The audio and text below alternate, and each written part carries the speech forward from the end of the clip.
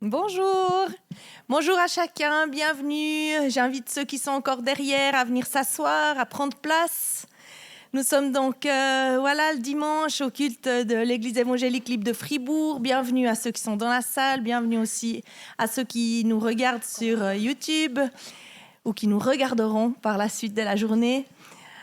Voilà, je vous invite aujourd'hui une nouvelle fois à célébrer Dieu ensemble. Nous sommes ici pour le louer, pour le célébrer. C'est ça le vrai but du culte, n'est-ce pas? Pour dire combien il est grand, combien son nom est digne d'être loué, et aussi combien sa parole est immuable, la Bible, malgré peut-être les temps qui sont troublés. Et je dois vous dire, j'avais envie de partager quelque chose avec vous. Je dois vous dire que j'ai été passablement troublée cette semaine, justement, à l'écoute et en vue des votations du week-end prochain. Que je pense que personne n'ignore le sujet du mariage pour tous. Et d'autres nouvelles aussi qu'on entend dans le monde. Et franchement, des fois, on se dit, mais où est-ce qu'on va? Et je me suis rappelée d'un enseignement que j'avais reçu enfant. Alors, pour les enfants qui sont là, quand j'étais enfant, j'ai fait un camp, justement, et un homme de Dieu, à ce moment-là, nous avait fait un enseignement. Il y avait, vous savez, le flanellographe, c'était l'ancien système, c'était un tableau où on pouvait coller des images dessus. Et il est venu avec une grande porte qui était découpée dans un immense carton. Et puis, il a pris cette porte et il l'a collée sur le flanellographe. C'était une grande porte, un peu comme une porte d'une ville. Et puis, ensuite, il a mis beaucoup de personnages qui se précipitaient sous cette porte, qui entraient dans la ville par cette porte. Puis à côté, il y avait une petite porte étroite. Et là, il fallait passer seul à seul, on ne pouvait pas passer à plusieurs. Et c'est là que j'ai appris ce verset de Matthieu 7, 13 et 14. Je vous invite peut-être à le chercher. Matthieu 7, 13 et 14, qui dit cela. « Entrez par la porte étroite, car large est la porte. Spacieux est le chemin qui mène à la perdition, et il y en a beaucoup qui entrent par là. Mais étroite est la porte, resserré le chemin qui mène à la vie, et il y en a peu qui le trouvent. » Et ce verset m'est revenu un peu comme un flash en ce temps troublé. Et c'est vrai que j'ai l'impression qu'il y en a beaucoup qui passent par cette porte large où il est tellement facile d'entrer. Mais Jésus nous a dit « Je suis la porte. Mes brebis connaissent ma voix, je suis la porte des brebis. » Et c'est lui que nous voulons célébrer aujourd'hui, c'est lui auquel nous voulons rester attachés. Et c'est pour cela que nous voulons aujourd'hui, que nous sommes là, en somme. Et je vous invite vraiment, en tout cas, à tourner vos yeux vers lui dans ces temps troublés et à chercher son conseil. Je vais laisser la place à la louange, mais je veux d'abord invoquer Dieu pour ce temps de culte.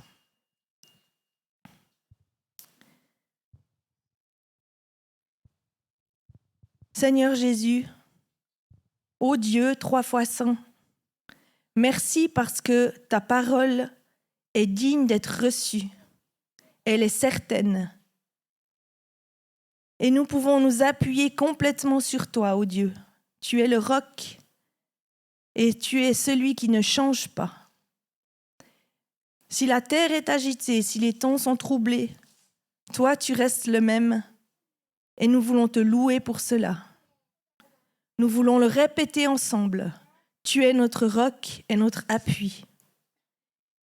Et ensemble, nous voulons maintenant tourner nos cœurs vers toi et nos pensées pour t'adorer et pour ce temps de culte. Merci Seigneur de ta présence en nous et ici dans cette salle. Que ton nom soit glorifié. Amen.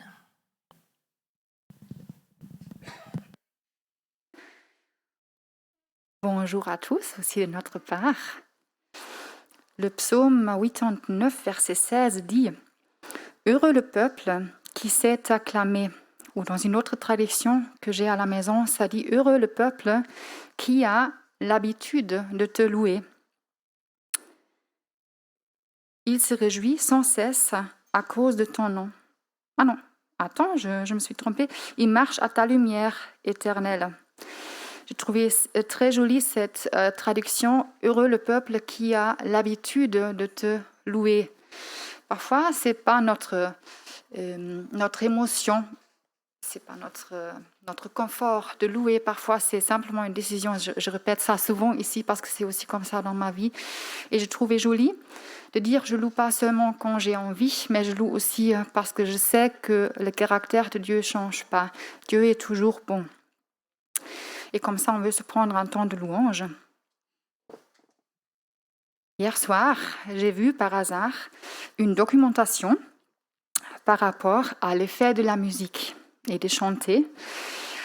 Je vous avais déjà dit une fois qu'on a découvert que chanter fortifie le système immunitaire. Alors c'est déjà quelque chose de bien de chanter pendant la pandémie parce que notre système immunitaire va être fortifié. Mais encore hier, c'est une documentation assez nouvelle qui était faite aussi pendant la pandémie l'année passée, qu'on a découvert que la musique a le potentiel d'améliorer notre condition et notre force musculaire, surtout si on le combine avec de danse ou quelque chose à bouger selon le rythme. Ça libère des endorphines, ça nous met un sentiment de bonheur. Ça améliore notre langue, spécialement avec des enfants. Si on chante assez tôt déjà, ça améliore la prononciation de la langue et aussi on apprend plus rapidement les nouveaux mots. Ça peut aussi, pour des patients avec une démence, ça peut redonner la mémoire. Ça a le potentiel de reconstruire quelques neurones dans le cerveau. Je n'ai pas compris complètement, mais effectivement, on a vu que par rapport à des troubles avec la mémoire, de chanter et de louer ensemble, c'est ma conclusion, ça peut améliorer tout ça. Et comme ça, on a plusieurs effets et plusieurs raisons pour louer ce matin. Je vous invite aussi de vous sentir libre à bouger, à danser, à clapper les mains. Et pour le premier chant, je vous invite de vous lever, juste pour le premier, et à nous aider un peu avec les rythmes. On va le mettre en pratique maintenant parce que si on chante et on bouge en même temps, ça améliore notre force musculaire. Qui ne veut pas avoir plus de force musculaire en ce temps-là? L'hiver vient. Voilà.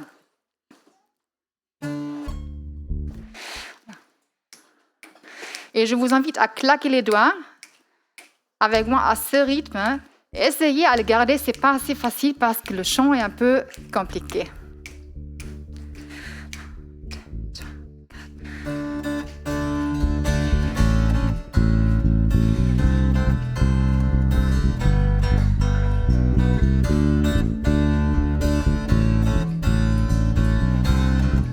Super. Envers nous durera jamais. Dieu, tu es bon et ta grâce envers nous durera jamais.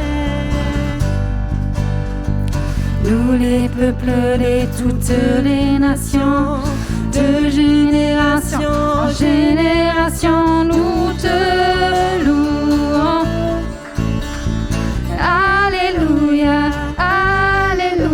Nous te louons pour qui tu es. Nous te louons. Alléluia, alléluia. Nous te louons pour qui tu es. Tu es bon.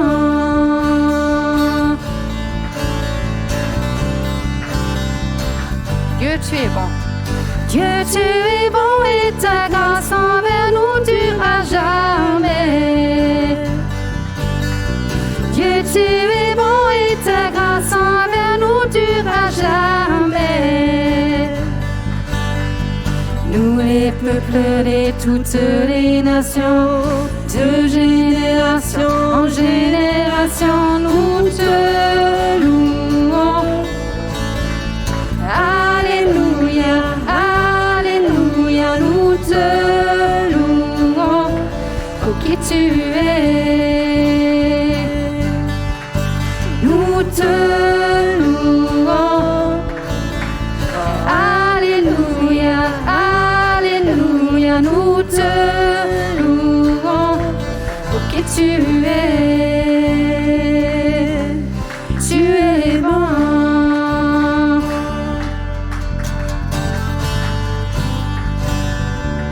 Tu es bon en tout temps, en tout temps. Tu es bon, tu es bon en tout temps, en tout temps. Tu es bon, Encore. tu es bon en tout temps, en tout temps. Tu es bon, tu es bon en tout temps, en tout temps.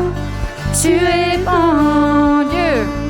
Dieu, tu es bon et ta grâce envers nous durera jamais. Dieu, tu es bon et ta grâce envers nous durera jamais. Nous les peuples et toutes les nations, de génération en génération, nous te louons. Alléluia, Alléluia, nous te louons. Pour qui tu es, nous te louons. Alléluia, Alléluia, nous te louons. Pour qui tu es bon.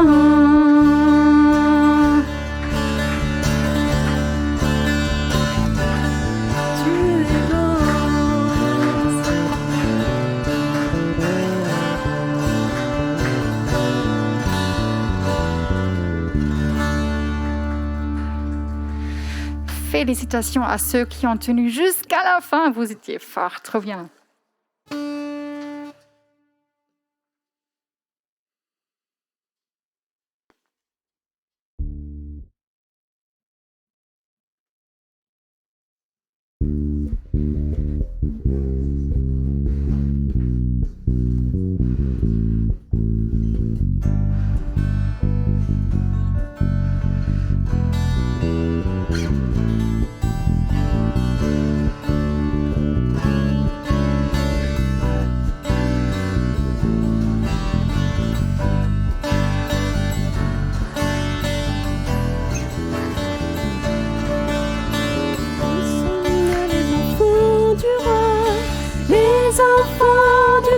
De paix, les enfants du Seigneur de la lumière, les enfants du Dieu créateur, les enfants du Père éternel, les enfants du Seigneur de la vie.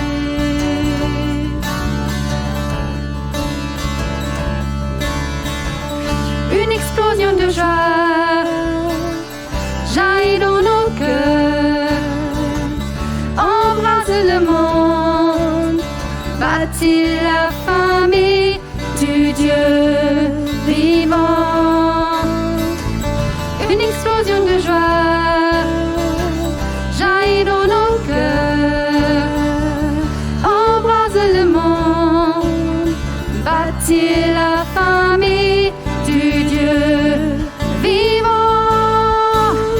Nous sommes les enfants du roi, les enfants du prince de paix, les enfants du Dieu de lumière, les enfants du Père éternel, les enfants du Père éternel, les enfants du Seigneur de la Alléluia.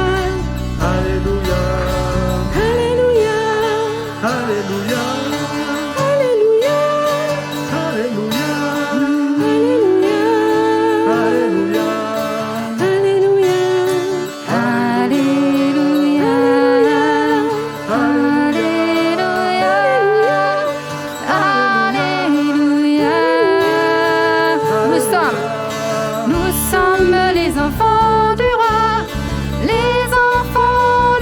toute paix, les enfants du Dieu de lumière, les enfants du Dieu créateur, les enfants du Père éternel, les enfants du Seigneur de la vie.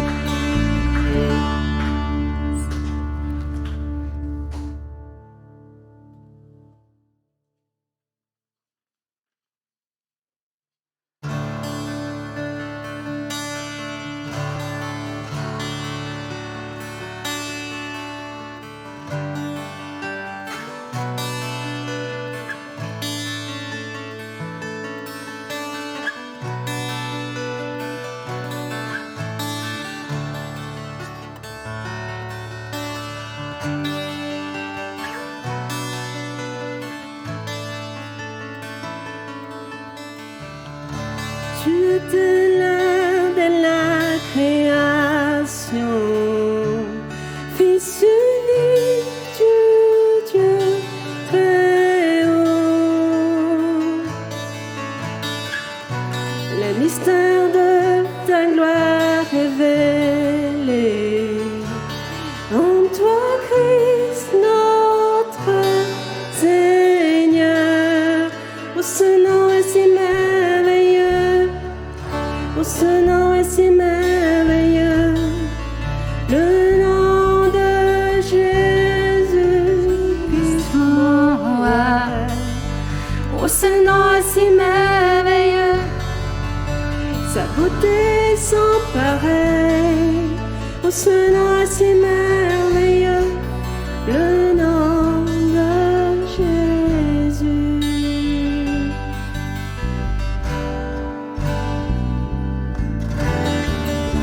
Tu n'as pas voulu les cieux sans nous.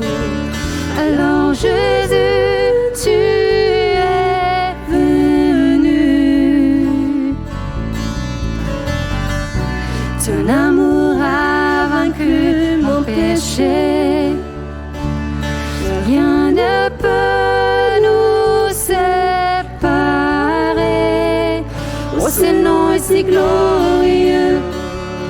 Oh, ce nom est si glorieux, le nom de Jésus-Christ, mon roi.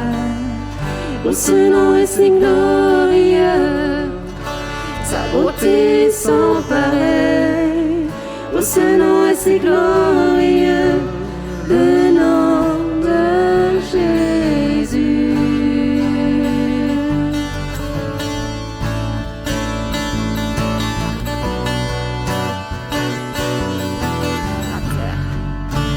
La terre a tremblé, le voile s'est déchiré, des amants la mort et le péché. Les cieux chantent ta gloire, l'écho de ta victoire, car tu es le roi ressuscité. Tu es sans rival, tu es sans égal, que tu triomphes à tout jamais. À toi soit le règne, à toi soit la gloire, ton nom surpasse tout autre nom. Oh, ce nom est victorieux. Oh, ce nom est victorieux, le nom de Jésus-Christ, mon roi. Oh, ce nom est victorieux, sa puissance est sans pareil. Oh, ce nom est victorieux, le nom de Jésus. Ce nom est victorieux, le nom de Jésus.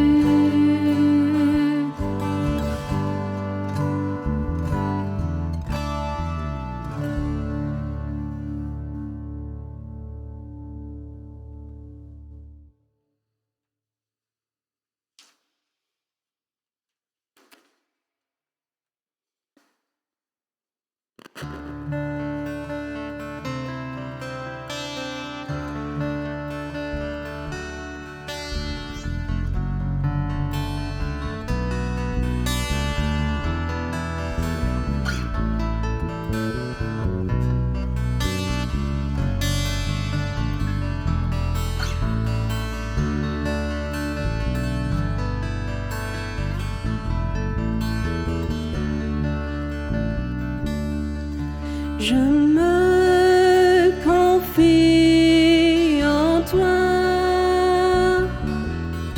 Je sais que tu es mon Dieu. Mon avenir est dans ta sûre main.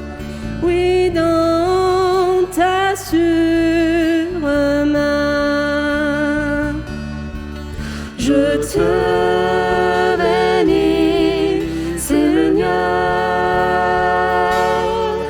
Tu es mon puissant Sauveur. Oui, ton amour pour moi durera toujours. Pour moi durera toujours. Je me confie en toi. Je sais que tu es mon Dieu. Mon avenir est dans ta sûre main. Oui, dans ta sûre main. Je te bénis, Seigneur. Tu es mon puissant Sauveur. Oui, ton amour pour moi durera toujours. Pour moi durera toujours.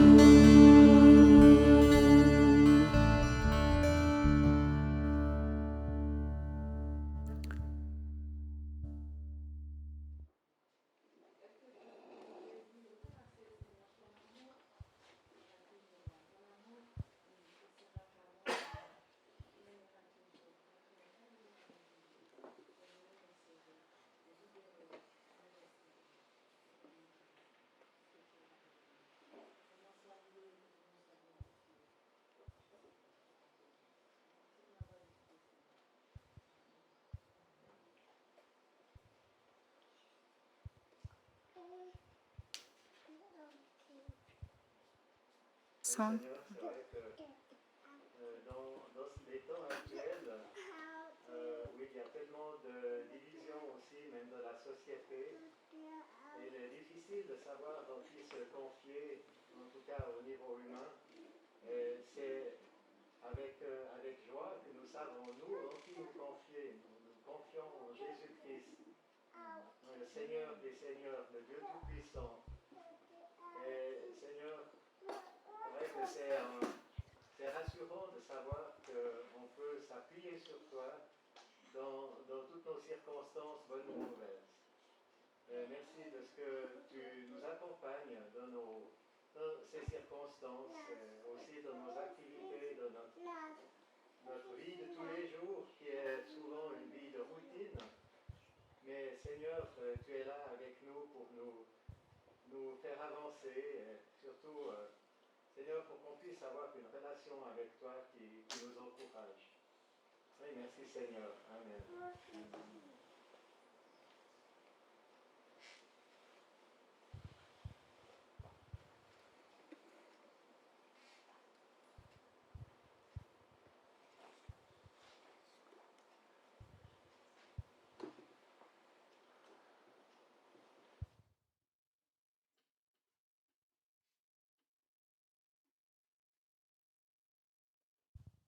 Seigneur, c'est vrai qu'on ne connaît pas notre avenir. On est dans des situations spécifiques et parfois ça peut changer du jour au lendemain. On ne connaît pas le prochain pas. Parfois, il y a des angoisses, des insécurités, des questions ouvertes, des espoirs, des déceptions. Et parfois, on ne t'entend vraiment pas, mais tu es quand même là parce que tu l'as promis. Et quand on ne trouve pas les mots à prier même, tu nous as donné une prière. On veut chanter ça ensemble maintenant, de notre Père.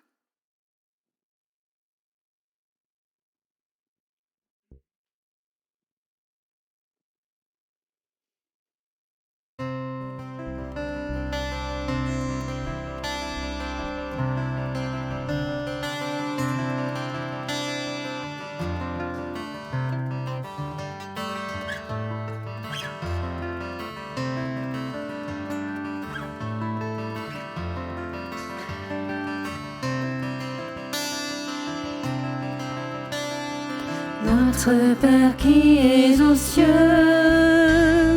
que ton nom soit sanctifié, que ton règne vienne, que ta volonté soit faite sur la terre comme au ciel. Donne-nous aujourd'hui notre pain de ce jour. Pardonne-nous nos offenses, comme nous pardonnons aussi à ceux qui nous ont offensés. Ne nous laisse pas entrer en tentation, mais délivre-nous du mal. Car c'est à toi qu'appartient le règne, la puissance et la gloire pour les siècles des siècles. Amen.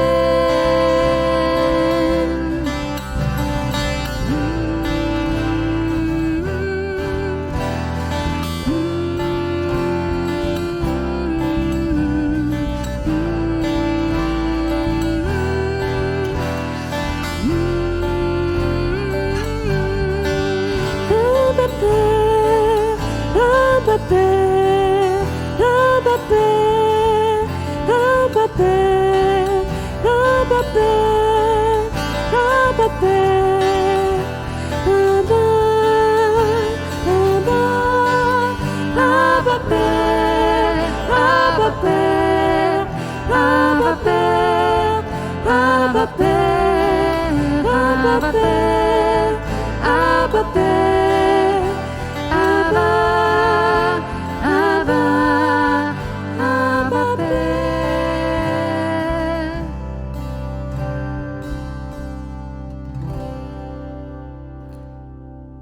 Amen. Vous pouvez prendre place.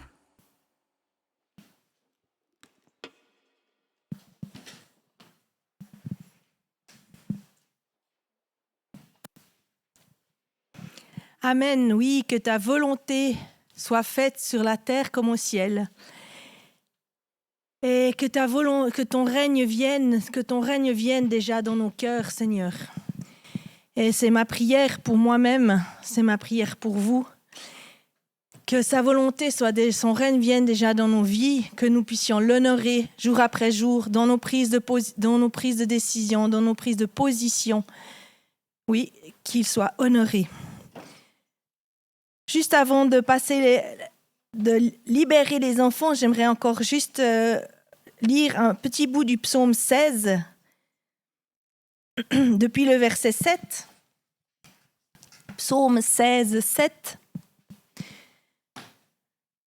Je bénis l'Éternel, mon conseiller.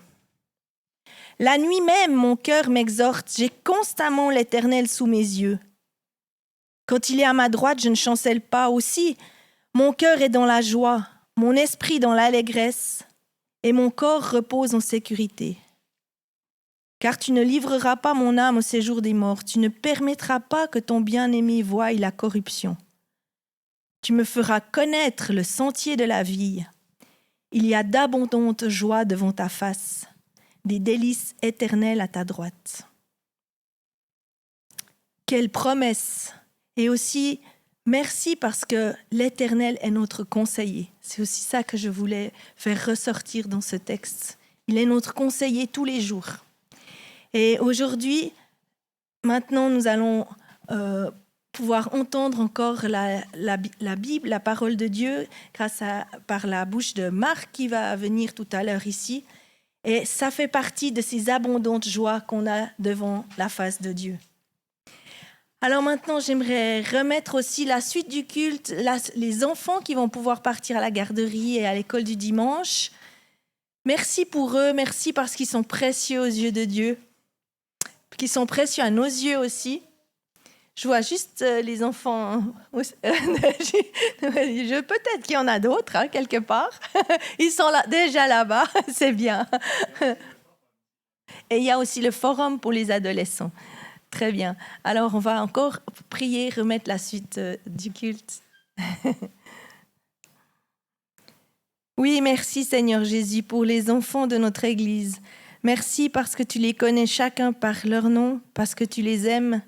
Merci aussi de qualifier leurs parents pour les éduquer dans la juste voie, pour les aider à entrer par cette porte étroite. Oui, Seigneur Jésus, merci pour les moniteurs aussi qui s'occupent d'eux maintenant. Que tu bénisses chacun et bénis aussi ici l'Assemblée à l'écoute de ta parole. Et aussi Marc qui nous parlera de ta part. En ton nom. Amen. Voilà, je vais saluer.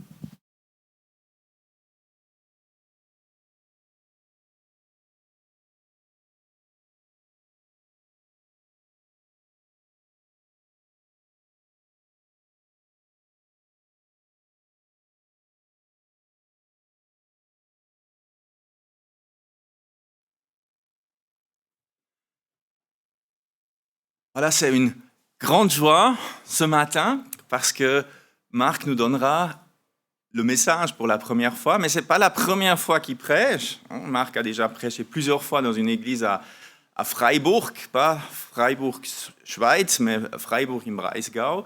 Mais c'est sa première prédication en français, et puis on se réjouit beaucoup de l'entendre. Et malheureusement, voilà, on avait déjà prévu beaucoup plus tôt et pour des raisons de maladie, ça n'allait pas. Et aujourd'hui, il est un petit peu refroidi, mais n'ayez pas peur, il a pris toutes les précautions pour tests, etc.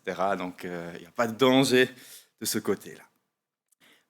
Et on veut prier pour cette première, aussi pour le message. Merci, cher Père Céleste, parce que tu as aussi appelé Marc à te servir, et merci parce que tu lui as donné la joie de découvrir ta parole, d'étudier ta parole et d'annoncer ta parole. Et nous te prions maintenant aussi de le remplir de ton Esprit Saint, de lui mettre les bonnes paroles dans la bouche, aussi de nous équiper pour que nous puissions comprendre ce que tu veux nous dire par le texte, mais aussi par la prédication de Marc. Merci pour ta fidélité. Amen.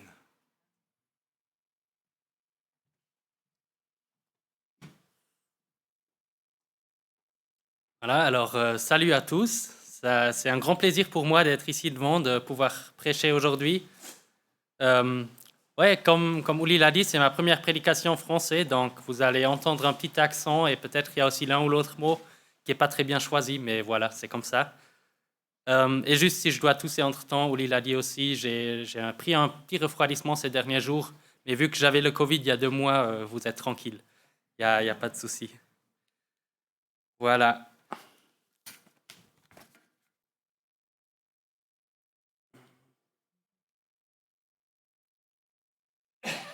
Alors, je vais prêcher aujourd'hui sur Ésaïe 55.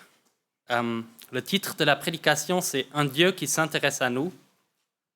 Mais avant de prendre le texte, j'aimerais bien commencer par un témoignage personnel. Il y a un peu plus qu'une année que je me suis réveillé un matin où j'avais un jour de vacances devant moi. J'étais encore couché dans mon lit et franchement, j'étais abattu parce qu'il y avait une question qui m'occupait depuis longtemps, qui était revenue ce matin dans ma mémoire et où j'avais vraiment pas de conclusion. Et j'ai souvent demandé à Dieu de me répondre à cette question, mais voilà, je me rendais en même temps aussi coupable envers Dieu dans cette question. Et il y avait beaucoup de choses qui... Ouais, ça me poursuivait un peu depuis bien du temps. Et ouais, je ne m'attendais même plus à une question, ni une que je trouve moi-même, ni une de la part de Dieu. Je ne vais pas prolonger l'histoire en expliquant les détails, mais ce n'est pas important pour le témoignage. Donc ce matin, j'étais encore couché dans mon lit en réfléchissant et il y a soudain une prédication qui me vient en mémoire que j'avais entendue des années auparavant. Et le titre de cette prédication, c'était « Le Dieu des alliances ». Et le prédicateur, il avait fait le point sur les alliances que Dieu avait fait à travers l'histoire avec des différents personnages dans la Bible. Et un peu le point principal de la prédication, c'était que ces alliances, ce n'est pas juste des alliances entre un grand groupe de personnes et Dieu, ce n'est pas juste des alliances générales. On connaît ça aussi, hein, l'alliance entre Dieu et son peuple, etc. Mais que ces alliances, c'est aussi quelque chose de très personnel. Et que Dieu fait des alliances avec des personnages concrets. Et moi, j'ai pris ça, que cette pensée me revenait là ce matin, j'ai pris ça un peu comme la parole du Saint-Esprit. Et j'ai pris ça comme un appel de remettre ma question à Dieu et de conclure une alliance avec lui. Parce que, j'ai pris ça comme appel d'être fidèle, moi, parce que Dieu l'est de toute façon. Mais voilà, c'était juste une réflexion et je suis un peu prudent par rapport à ça, si c'est la voix du Saint-Esprit ou non. Donc, là, je voulais vraiment avoir la certitude sur ce point. Donc, j'ai fait quelque chose que normalement je ne fais pas. J'ai demandé à Dieu de me montrer clairement par un signe que c'est vraiment une alliance qu'il a conclue avec moi ou qu'il me propose. Et ce temps-là, j'avais un plan de lecture de la Bible. Donc, chaque jour, il y avait quelques chapitres déjà fixes dès le début que je devais lire chaque jour. Et justement, avant de faire cette lecture, j'ai demandé à Dieu de me confirmer cette alliance noir sur blanc pendant cette lecture. Et le premier chapitre que je devais lire ce jour-là, c'était justement Ésaïe 55. Et je propose de vous le lire maintenant, afin qu'on puisse découvrir ensemble comment Dieu, à quel point il m'a répondu. Moi, je trouvais ça une réponse très nette. Donc, vous tous qui avez soif, venez vers l'eau, même celui qui n'a pas d'argent. Venez, achetez et mangez. Venez, achetez du vin et du lait, sans argent, sans rien payer. Pourquoi dépensez-vous de l'argent pour ceux qui ne rassasient pas? Écoutez-moi vraiment, et vous mangerez ce qui est bon. Vous savourerez des plats succulents. Tendez l'oreille et venez à moi. Écoutez donc et vous vivrez. Je conclurai avec vous une alliance éternelle pour vous assurer les grâces promises à David. Je l'ai établi comme un témoin pour les peuples, comme un guide et un chef pour eux. Tu appelleras des nations que tu ne connais pas, et des nations qui ne te connaissent pas accourront vers toi à cause de l'Éternel, ton Dieu, du Saint d'Israël, parce qu'il te donne sa splendeur. Recherchez l'Éternel pendant qu'il se laisse trouver. Faites appel à lui tant qu'il est prêt. Que le méchant abandonne sa voie et l'homme injuste ses pensées. Qu'il retourne à l'Éternel, il aura compassion de lui. Qu'il retourne à notre Dieu, car il pardonne abondamment. En effet, vos pensées ne sont pas mes pensées, et mes voies ne sont pas vos voies, déclare l'Éternel. Le ciel est bien plus haut que la terre. De même, mes voies sont au-dessus de vos voies, et mes pensées sont au-dessus de vos pensées. La pluie et la neige descendent du ciel et n'y retournent pas, sans avoir arrosé la terre, sans avoir fécondé et avoir fait germer ses plantes, sans avoir fourni de la semence au semeur et du pain à celui qui mange. Il va de même pour ma parole, celle qui sort de ma bouche. Elle ne revient pas à moi sans effet, sans avoir fait ce que je désire et rempli la mission que je lui ai confiée. Oui, vous sortirez dans la joie et vous serez conduits dans la paix. Les montagnes et les collines éclateront en cris de joie devant vous, et tous les arbres de la campagne battront des mains. Au lieu des buissons épineux poussera le cyprès, au lieu de l'ortie poussera le myrte, et cela contribuera à la réputation de l'Éternel. Ce sera un signe éternel qui ne disparaîtra jamais. Alors, quand on lit Ésaïe et aussi d'autres prophètes, eh bien, il y a plusieurs échelles, j'ai appelé ça échelle, on pourrait aussi dire couche de compréhension. Il y a déjà celle contemporaine, donc c'est focalisé sur les auditeurs qui écoutaient directement le prophète. D'abord, le prophète il s'est directement adressé à ses auditeurs. Dans ce cas-là, c'était le peuple d'Israël. Par exemple, quand Ésaïe dit dans le verset 6 « Recherchez l'Éternel pendant qu'il se laisse trouver », eh bien, c'est tout d'abord dit à ses contemporains. Après, la deuxième échelle de compréhension, c'est l'échelle globale, le grand plan de Dieu. Et ça peut être, par exemple, l'avenir du peuple d'Israël, ça peut être par rapport au Messie qui est annoncé, ou aussi l'appel à la repentance. C'est plus global parce que ça ne touche pas seulement les auditeurs du temps d'Ésaïe, mais plusieurs générations, parfois même plusieurs pays. Et dans notre cas, je pense, ce chapitre-là, en tout cas, il touche toutes les générations et tous les peuples. On l'a chanté ce matin d'ailleurs, tous les peuples et toutes les générations. Et je trouve assez incroyable que Dieu, quand il a dit à Ésaïe d'écrire ces phrases, ces chapitres, il y a 2600 ans, Dieu, en prescrivant ça à Ésaïe, il a déjà pensé à nous ici, aujourd'hui à Fribourg, qui vont entendre ça et regarder ce texte. Et ça, je trouve assez incroyable quand même. Pour finir, il y a encore la troisième échelle de compréhension, c'est celle individuelle ou personnelle. Parce que je pense que Dieu utilise aussi des textes bibliques pour parler à chacun de nous individuellement et pour toucher nos cœurs. Et dans l'exemple que je vous ai donné, dans le témoignage, eh bien Dieu il m'a parlé à travers le prophète Ésaïe. Mais le prophète Ésaïe n'a certainement pas pensé à Marc quand il a écrit ces phrases. Donc, peut-être que je dois encore ajouter un petit avertissement par rapport à cette troisième échelle, parce que c'est vite fait de prendre des versets hors contexte, de les enfiler sur nos questions qu'on a, sur nos problèmes personnels, comme cela nous convient. Et la Bible est grande, donc on va toujours trouver un verset qui nous convient très bien et qui est ce qu'on veut entendre, mais ce n'est pas forcément ça ce que Dieu veut vraiment nous dire. Donc il faut vraiment d'abord regarder le contexte et des versets et aussi ce que l'auteur voulait vraiment dire avec quand il a écrit. Je vous donne un petit exemple encore pour illustrer ça. Il y a ce fameux verset en Ecclésiaste 3, verset 1 qui dit « Il y a un moment pour tout et un temps pour toute activité sous le ciel ». Eh bien, si je veux dévaliser une banque, je pourrais prendre ça comme un verset, comme invitation. Parce que je pourrais dire, oui, s'il y a un moment pour tout, eh bien, il y aurait aussi un moment pour dévaliser une banque. Mais je pense que c'est clair, et l'exemple est peut-être un peu absurde, mais c'est clair qu'on ne peut pas prendre des versets toujours dans chaque situation hors contexte. Ça peut être trompeur, mais il y a aussi une règle assez facile pour éviter de se tromper.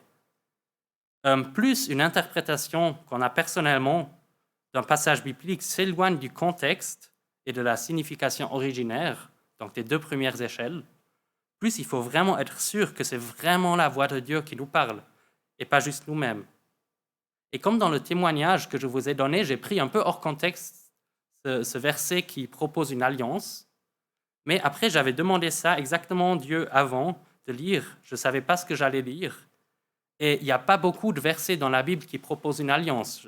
J'ai un peu fait la recherche après, mais il y a vraiment très très peu. Donc c'était juste trop improbable que je tombe juste par hasard sur ce verset et que ce n'était pas la voix de Dieu.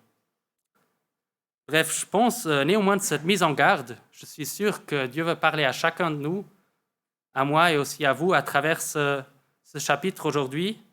Et j'espère qu'on peut être attentif et qu'on peut vraiment entendre ce que Dieu veut nous dire à chacun de nous. Dans ce chapitre, Dieu il est très présent. C'est un Dieu qui agit, qui nous parle et qui veut vraiment qu'on écoute, qui nous aime. Et on va regarder 5 points aujourd'hui. Et à travers ces 5 points principaux, je veux montrer que, à la fin, Dieu, c'est un Dieu qui s'intéresse pour nous. Et c'est justement ça le titre de la prédication. Maintenant, passons à la première partie. Donc, je l'ai appelé « Dieu appelle ». Le premier point, ça commence par un vif appel. « Vous tous qui avez soif, venez vers l'eau », etc. Nous avons tous soif, je pense. On a soif de vivre, on a soif de liberté, de joie, de plaisir, et surtout, nous avons tous soif d'être aimés. Et cette soif nous poursuit pendant toute notre vie. On essaye d'acheter de l'eau, on essaye de calmer cette soif intérieure, de nous rassasier, mais cette soif ne part pas vraiment. Et on peut dépenser tant d'argent et d'efforts qu'on veut dans des choses où on pense peut-être qu'ils vont nous rassasier cette soif, mais ça ne va pas fonctionner. Bien sûr, on peut nous tromper nous-mêmes par des choses qui ne rassasient pas vraiment, mais qui font semblant. Malheureusement, c'est ce qui fait la plupart du monde. Mais je pense que si on écoute vraiment notre cœur, cette soif, on va la ressentir quand même. Et on va aussi remarquer qu'on ne peut pas l'apaiser par des eaux polluées. Et cette première partie, à mon avis, parce que ça nous touche tous, devrait plutôt avoir le titre, et donc j'ai changé le titre, « Dieu t'appelle », parce que c'est adressé à chacun de nous. Et ici, ce n'est plus le prophète Ésaïe qui parle, c'est un appel de Dieu lui-même, direct. Et c'est un appel flamboyant. 4 fois dans ces 2 versets et demi, il y a l'appel de venir. Tous ceux qui ont soif ou faim, qui investissent dans des choses qui ne rassasient pas vraiment, sont appelés à venir à Dieu. Et encore mieux, si nous suivons cet appel, si nous venons à Dieu, cela ne coûte rien. C'est une offre libre, sans prix. Et ce que Dieu promet en revanche, ce n'est pas rien, au contraire. Les mets que Dieu offre, c'est des plats qui rassasient vraiment, des plats succulents. Et les boissons que Dieu offre, c'est des symboles en fait pour montrer ce que Dieu donne vraiment. D'abord, il y a l'eau. L'eau représente, je ne sais pas si ça vous est déjà arrivé une fois d'avoir vraiment soif. Moi, en montagne, ça m'est déjà arrivé. En tout cas, j'avais pris trop peu d'eau. Voilà, ça arrive de temps en temps. Et si on a vraiment soif, on transpire, il y a le soleil qui tape. Et bien, si on trouve de l'eau fraîche, propre, rafraîchissante, en abondance, c'est tellement bien de pouvoir boire de l'eau. Après, il y a deuxièmement le lait. Et je pense à des Suisses, il ne faut pas expliquer le symbole du lait. C'est clair, le lait, c'est bon, ça nourrit, ça donne de la force. Et finalement, la troisième chose, c'est le vin. Et le vin, eh bien, c'est un symbole et c'était déjà pendant le temps d'Ésaïe, et ça n'a pas changé, c'est un symbole de joie, de fête, de communion. Et voilà, le vin, c'est aussi quelque chose de précieux, de riche. Une bonne bouteille de vin, on ne va pas l'ouvrir n'importe quand, mais on va attendre le bon moment, la bonne occasion festive pour l'ouvrir.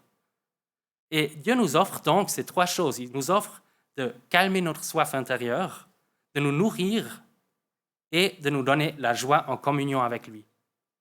Et tout ça sans devoir payer. Dans les 2 premiers versets, Dieu il utilise encore ce langage de symbole. Mais dans le 3e ou dans la première partie du 3e que vous trouvez là aussi, c'est plus ce langage de symbole. Mais là, Dieu il devient très direct. Il dit de quoi il s'agit vraiment. « Tendez l'oreille et venez à moi, écoutez et vous vivrez. » Écouter Dieu et venir à lui, ce n'est pas une question secondaire. C'est une question de vie et de mort. Écoutez Dieu et vous vivrez. Et bien plus tard dans la Bible, il y a Jésus lui-même qui reprend cette image, et aussi l'image de l'eau. Et en Jean 4, verset 14, il dit « En revanche, celui qui boira de l'eau que je lui donnerai n'aura plus jamais soif.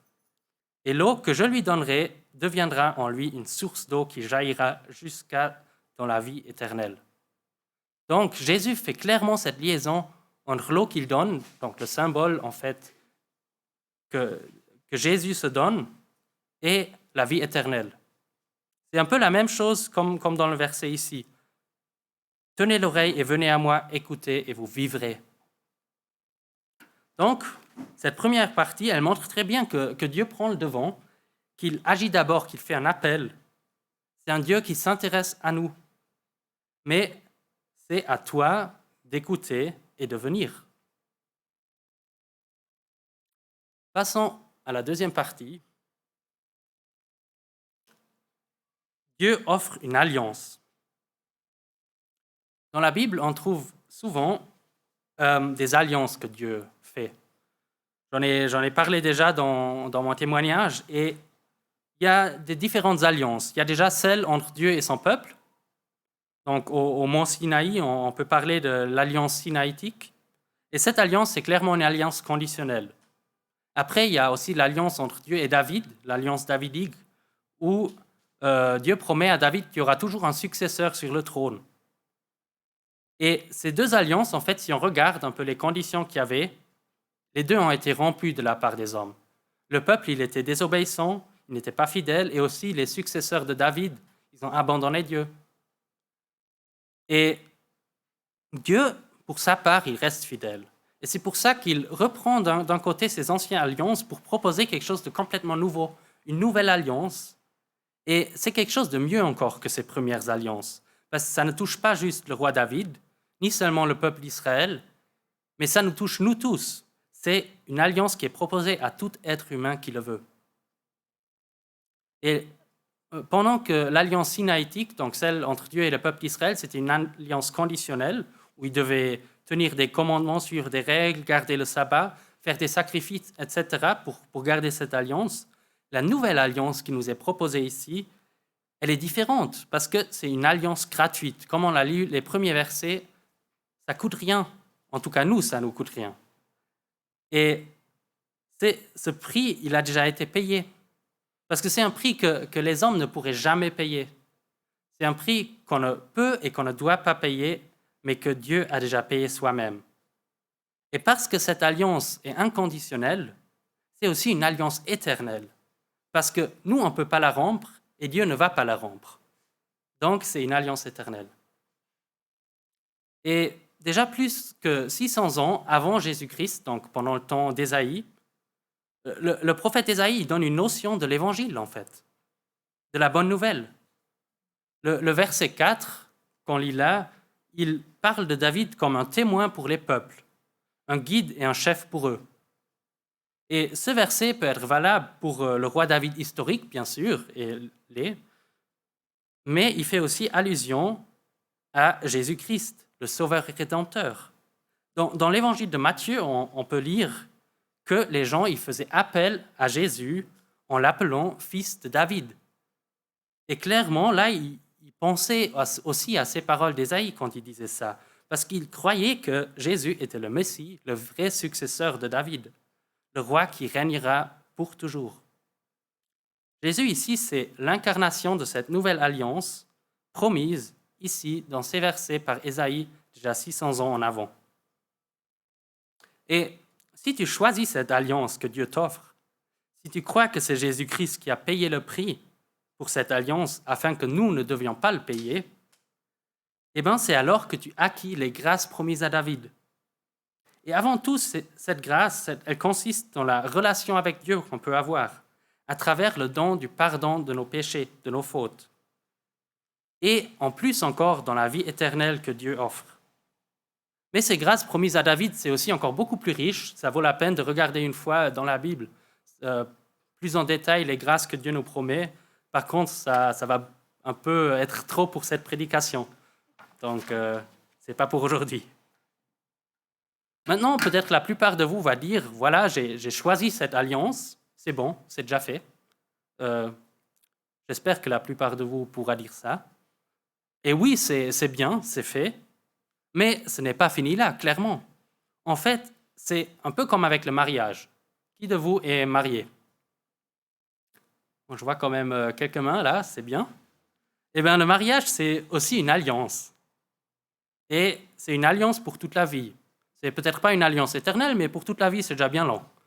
Et peut-être que quand vous avez dit oui l'un à l'autre, est-ce qu'à ce moment-là, l'alliance était accomplie, c'était plus ou moins fini. Après, vous pouvez occuper d'autres choses, vous pouvez vous asseoir sur un fauteuil et être tranquille. Je pense que ce n'est pas du tout ça, hein, c'est clair. Et le mariage, c'est une alliance qui est portée par l'amour. Et l'amour est la base de cette alliance. Et bien sûr, cet amour, il doit être soigné, il doit être gardé chaud. Ce n'est pas quelque chose qu'on fait une fois et après c'est bon. Même si l'alliance dure. Et oui, Dieu, il est parfait. Et en fait, pour l'alliance qu'il fait avec nous, c'est la même chose. Même si l'amour de Dieu ne change pas, nous, on n'est pas parfait. Et notre amour, il peut aussi changer, il peut évoluer. Et c'est pour ça que c'est tellement important d'investir dans cette alliance. Comme on investit dans un mariage, on investit aussi dans l'alliance avec Dieu. Et voilà, je pense que ça vaut vraiment la peine de passer le temps avec lui pour mieux le connaître, pour mieux le comprendre. Et c'est cela que Dieu veut aussi. Il nous aime, il veut passer du temps avec nous. Il veut nous parler et il veut nous écouter. Et c'est pour ça que je veux vraiment vous encourager à investir plus de temps avec Dieu, dans cette relation avec lui. Prenez un moment fixe dans la journée pour pour passer vraiment du temps avec Dieu et où il n'y a rien d'autre qui vous empêche, qui vous entoure. Et si vous faites déjà ça, tant mieux. Alors je vous donne un autre défi. Incluez Dieu aussi dans la vie quotidienne, dans les petites décisions de la vie de tous les jours. Partagez vos émotions quotidiennes avec lui. Parce que c'est comme dans une relation en couple. Plus on communique, moins il y a de malentendus. Et ces malentendus, c'est de notre part, bien sûr, pas de la part de Dieu. Voilà, Dieu, c'est un Dieu qui s'intéresse à nous, et c'est pour ça qu'il nous propose une alliance. Ah, j'avais oublié un verset. Troisième point. Ah voilà, le vrai titre, bien sûr, c'est Dieu t'offre une alliance, pas Dieu offre une alliance. Personnel. Troisième point, Dieu aime la repentance. Et ce point-là, c'est une partie qui est fortement liée à la précédente. En fait, Dieu, après nous offrir une alliance, il fait ici un nouveau appel. Dans les premiers versets, c'était déjà un appel, j'ai dit un appel flamboyant de Dieu. Et ici, c'est de nouveau un appel. Mais même s'il ressemble au premier, il a un peu une notion d'urgence ici. Il dit, on est appelé à le chercher tant qu'il se laisse trouver. Qu'est-ce que ça veut dire? Et maintenant, je reviens aux 3 échelles de compréhension qu'on avait au début. Ici, déjà, la notion d'urgence, c'est par rapport au peuple d'Israël qui écoute. Parce que Ésaïe, il a aussi prédit le châtiment de Dieu à travers des peuples envahisseurs, cruels, notamment les Assyriens et les Babyloniens qui allaient envahir le pays. Et ce châtiment, il aurait encore pu être repoussé ou même annulé. Mais cela aurait demandé de la vraie repentance, comme elle est décrite dans le verset 7. On le voit par exemple avec Ninive. Là, le châtiment de Dieu, il a été annulé ou en tout cas repoussé pour longtemps parce que les gens se sont repentis. Mais au bout d'un moment, Dieu, il leur a vraiment encore donné beaucoup de temps, mais la dernière chance est passée. Et si le peuple n'a pas fait appel à Dieu à ce moment-là, et malheureusement c'est ce qu'ils n'ont pas fait, la punition de Dieu est arrivée, on le voit dans l'histoire. Heureusement que l'histoire de Dieu avec son peuple n'est pas finie là, mais voilà, cette notion d'urgence, elle était claire pour le peuple. Il n'avait plus le temps pendant 20 générations, mais c'était vraiment, il fallait se repentir. Et maintenant, regardons la deuxième échelle de compréhension. Je pense que cet appel à la repentance s'adresse pas seulement au peuple d'Israël, mais bien sûr, il s'adresse à chacun et chacune. Nous avons tous commis des mauvaises choses et nous avons tous des mauvaises pensées. Et Dieu veut qu'on abandonne ces mauvaises voies et qu'on lui demande sincèrement pardon. Parce que si on retourne à lui, il a compassion, il pardonne en abondance. C'est écrit là. Et je pense que ce message, il est vraiment valable pour toute la terre, pour chaque être humain. Mais aussi là, il y a une notion d'urgence, parce qu'à un certain moment, Dieu il va revenir et là, c'est fini. Et à un certain moment, chacun de nous, on va mourir et là, c'est fini. Donc, il y a cette notion d'urgence. Venez à Dieu tant qu'il se laisse trouver. Et finalement, il y a encore la troisième échelle. Là, je veux vous partager un petit exemple, quelque chose qui m'a frappé ou que je trouvais remarquable personnellement. C'est un petit détail. Dans le verset 7, il n'est pas seulement question de se tourner à Dieu et pas seulement de chercher Dieu, mais il est écrit de se retourner à Dieu, de rechercher Dieu. Et ça, je trouve, ça change un peu la chose parce que c'est pas juste, on pourrait penser à la fois où on s'est converti et là, voilà, on s'est tourné à Dieu, on l'a cherché et c'est bon. Mais aussi là, non, c'est rechercher, retourner, c'est quelque chose qu'il faut faire constamment et qu'on est invité à faire constamment. Et c'est un peu la chose que j'ai aussi fait dans l'histoire que je vous ai racontée de mon témoignage. J'ai recherché Dieu, je me suis retourné vers lui. Et je pense chaque fois quand on prie à Dieu, quand on demande son pardon, c'est ce qu'on fait. Bien sûr, c'est Dieu aime ta repentance et pas juste Dieu aime la repentance. Voilà. Et finalement, de nouveau là, on voit que Dieu, c'est un Dieu qui s'intéresse à nous. il veut voir de la vraie repentance, et pas juste une fois dans nos vies, mais dans la vie de tous les jours, dans notre vie quotidienne. Et Dieu, il va nous pardonner volontiers, parce que Dieu, il est un Dieu qui est lent à la colère et riche en bonté. Vous connaissez peut-être ce verset. Maintenant, on a donc appris déjà les 3 premiers points, les 3 aspects de Dieu, ou 3 choses qui montrent que Dieu, c'est un Dieu qui s'intéresse à nous. D'abord, il y avait l'appel de Dieu. Et donc, si on écoute l'appel de Dieu, si on accepte l'alliance qu'il nous offre, et si on vit dans la repentance que Dieu aime, tout va bien, non? Rien ne peut plus affecter notre relation avec Dieu ou troubler la joie dans laquelle on vit. Est-ce vraiment comme ça? Alors moi, personnellement, je dois dire, même si j'ai encore des problèmes avec les 3 premiers points aussi, c'est pas comme ça. Il y a encore des moments où je comprends vraiment pas Dieu, où je suis triste ou même peut-être fâché envers Dieu, même si c'est pas bien, et où on met même en question peut-être les grâces qui sont impliquées dans cette alliance et la bienveillance de Dieu. Et c'est exactement là que reprend le texte avec la 4e partie. Dieu est digne de confiance. Et moi, ça peut être quelque chose qui sonne peut-être un peu banal pour un chrétien. Dieu est digne de confiance. Ouais, mais bien sûr. C'est un Dieu tout-puissant qui nous aime abondamment. Pourquoi je ne devrais pas faire confiance en lui?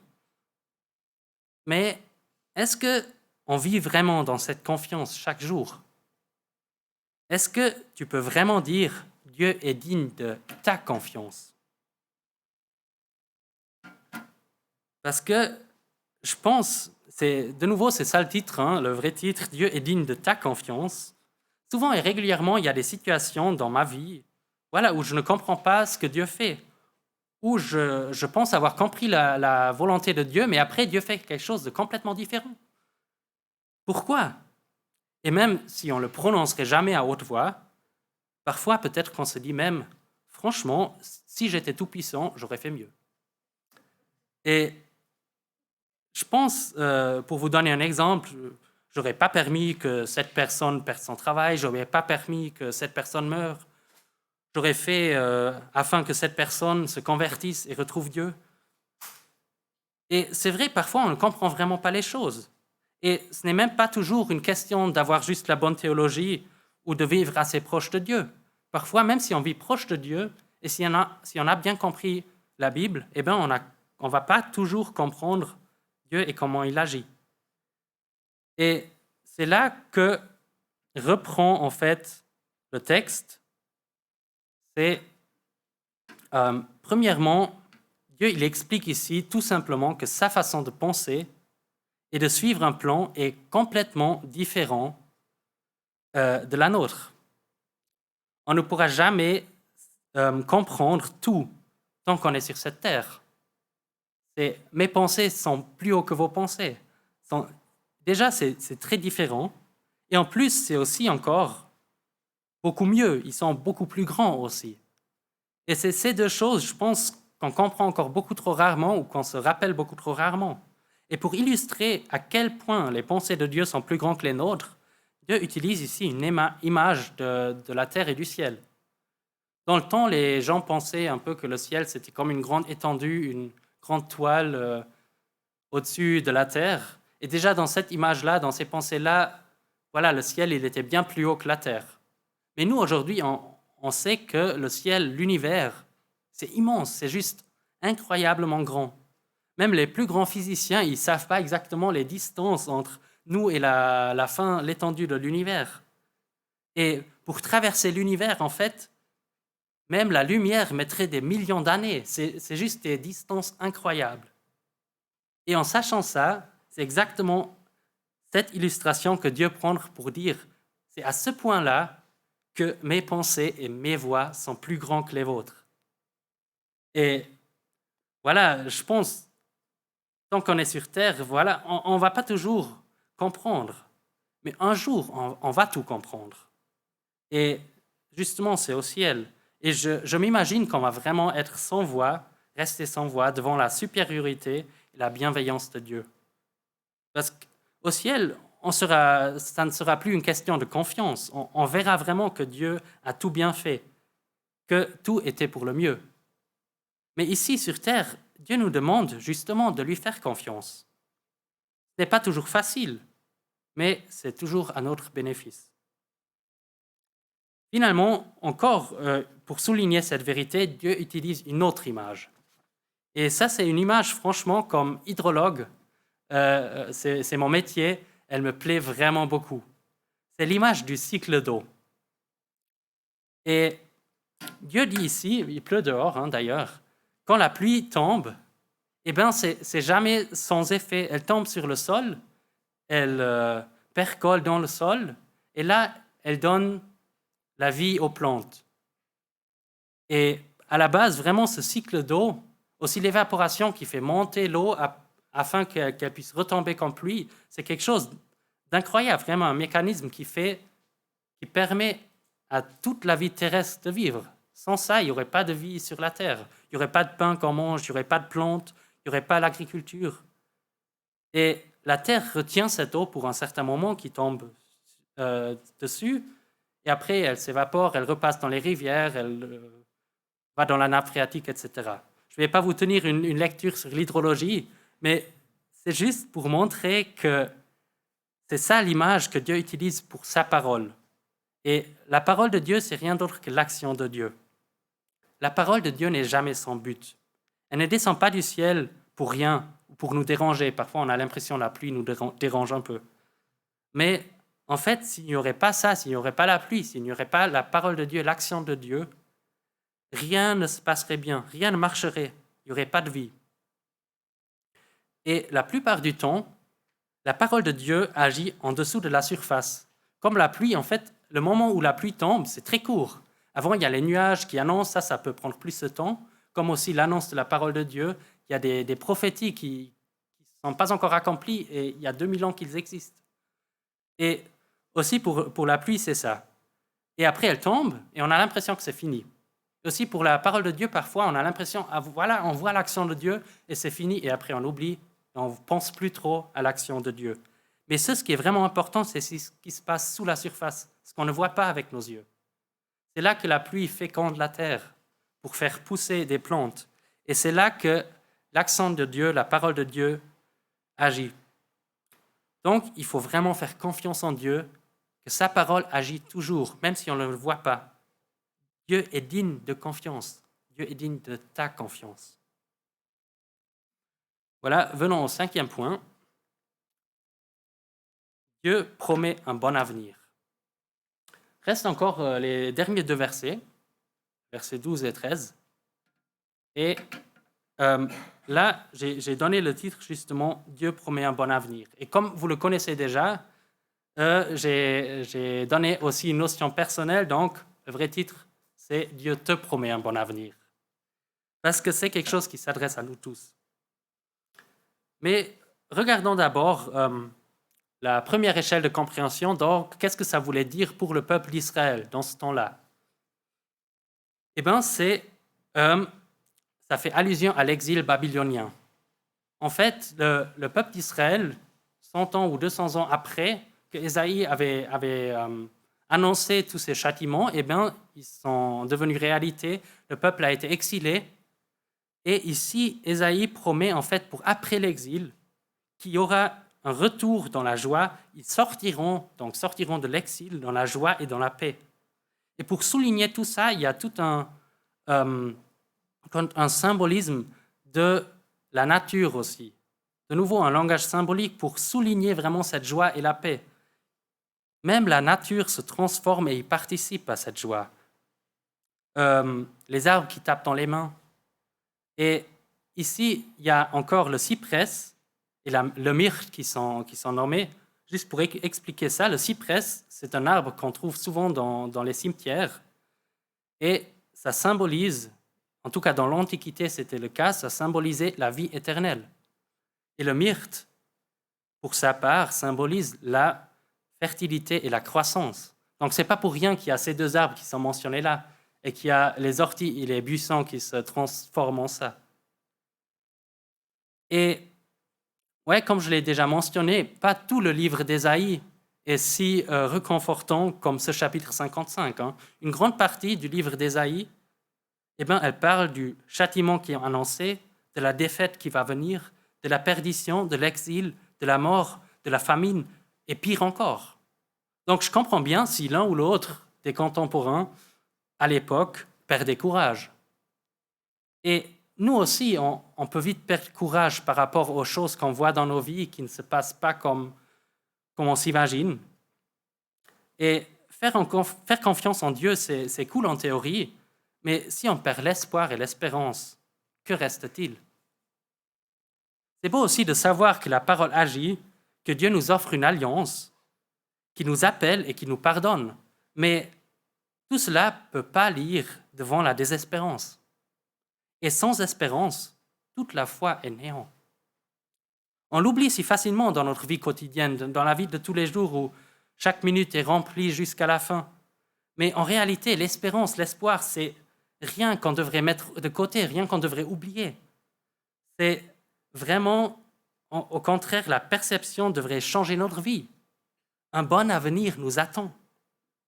Au plus tard, après notre mort, peut-être même avant, on va se retrouver dans l'ultime présence de Dieu. Et même si on n'en sait pas beaucoup, c'est ce qu'on appelle ciel ou paradis, même si on n'en sait pas beaucoup, on sait assez pour dire que c'est un endroit génial. Il y aura plus de mort, plus de maladies, plus de larmes, plus de douleurs, plus de ténèbres, plus de peur. C'est vraiment un endroit génial. Et cet avenir, cette perspective, c'est quelque chose qu'on peut même déjà se réjouir maintenant. Le bon avenir que Dieu nous promet, c'est bien sûr primairement la vie éternelle. Mais si tu es croyant, cette vie éternelle, elle a déjà commencé. Et je suis persuadé, plus on se rend compte à quel point Dieu est un Dieu qui s'intéresse à nous, plus on pourra aussi voir cet bon avenir que Dieu nous promet. Et il a déjà commencé en réalité. Et pour vous montrer encore cela, je veux encore une fois récapituler ce qu'on a regardé ensemble aujourd'hui, ces 5 aspects de Dieu qui montrent que c'est vraiment un Dieu qui s'intéresse à nous. Donc, premièrement, Dieu t'appelle. Dieu veut qu'on l'entende et l'écoute, qu'on vienne à lui pour profiter des bonnes choses dont il nous veut combler.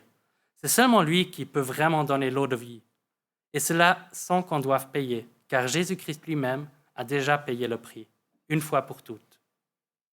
Deuxième point, Dieu t'offre une alliance. Dieu, c'est un Dieu des alliances. Il veut qu'on se lie à lui, qu'on choisit de vivre dans une relation avec lui.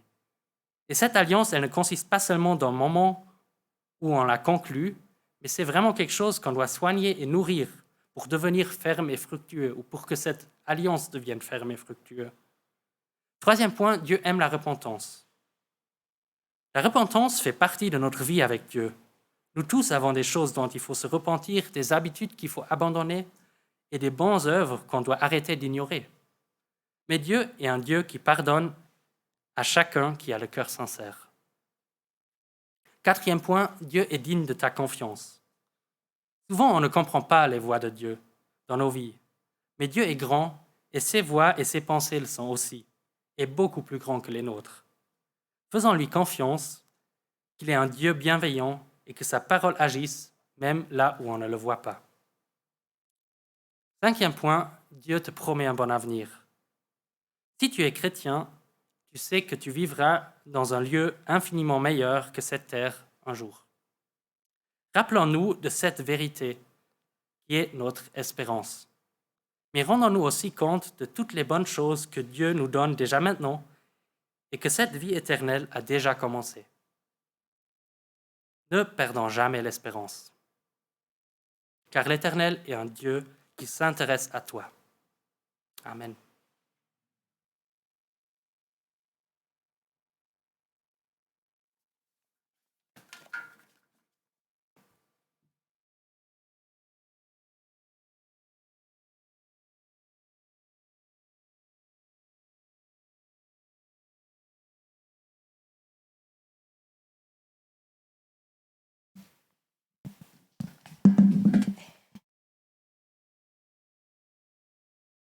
Merci beaucoup, Marc. Ton français est impeccable. Bravo. Et merci surtout pour le contenu de cette prédication. Il n'y a pas grand-chose à ajouter. Moi, je suis juste émerveillée par tout ce que Dieu veut nous donner, en somme. Qu'on a juste à ouvrir les mains pour recevoir, parce que c'est gratuit. Parce que comme tu l'as dit, lui, il a déjà payé. Mais pour nous, c'est gratuit. Et ouais, j'ai envie de le crier, j'ai envie de le dire à tous ceux qui m'entourent, mais venez et voyez combien Dieu est bon. Et c'est fou parce que, non, il n'y a rien de fou, tout est magnifique. Parce que j'avais ce verset de Jean 10, 9 qui dit « Je suis la porte ». J'ai commencé avec ça, quand Jésus dit « Je suis la porte ».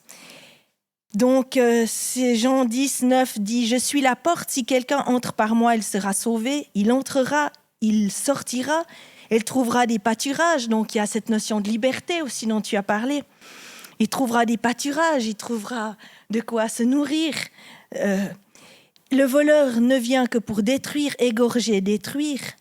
Moi, je suis venu afin que les brebis aient la vie et qu'elles soient dans l'abondance. Et c'est vraiment, je trouve, ce qui ressort de cette prédication, c'est que Dieu veut qu'on soit dans l'abondance et qu'on vive de cette abondance, qu'on ne soit pas des chrétiens tristounets, mais qu'on saisisse cette espérance et tout ce que Dieu veut nous donner. Alors, oui, que vous puissiez vivre cette semaine avec ce Sauveur qui nous donne la vie en abondance, tous les jours, dans toutes nos situations difficiles ou moins difficiles, il est le même. Et vraiment, je remercie Dieu parce que oui, sa parole toujours est là pour nous soutenir dans toutes nos situations. Et puis c'est l'autre point aussi que j'aimais bien, c'est que cette histoire d'eau, là, ça va me rester. Que l'eau, elle travaille, une fois qu'elle est entrée, là, elle travaille sous la surface. Alors ça m'a plu. Parce que la parole de Dieu, quand on l'entend, à un moment donné, ça ressort, n'est-ce pas? Et pour nous, ça nous encourage aussi dans notre témoignage. Voilà, je ne vais pas en dire plus, mais merci beaucoup. Je crois qu'il y avait Déby, si vous le voulez bien encore, qui voulait rechanter le chant, ou est-ce que c'est bien ou pas bien? Peut-être que le culte... Voilà. Alors, je profite quand même encore de remercier Déby et le groupe de louanges. Déby, on lui avait déjà fait un petit au revoir une fois avant l'été. Elle est encore là, chic. Mais je crois que cette fois, c'est pour de bon qu'elle va nous quitter. Alors, merci beaucoup. On regrettera ta guitare et ta belle voix, mais que tu sois béni. Alors, bon dimanche à tous. C'est ici que s'arrête aussi le culte diffusé. Pour ceux qui sont ici, merci de rester encore quelques minutes. Au revoir, bon dimanche.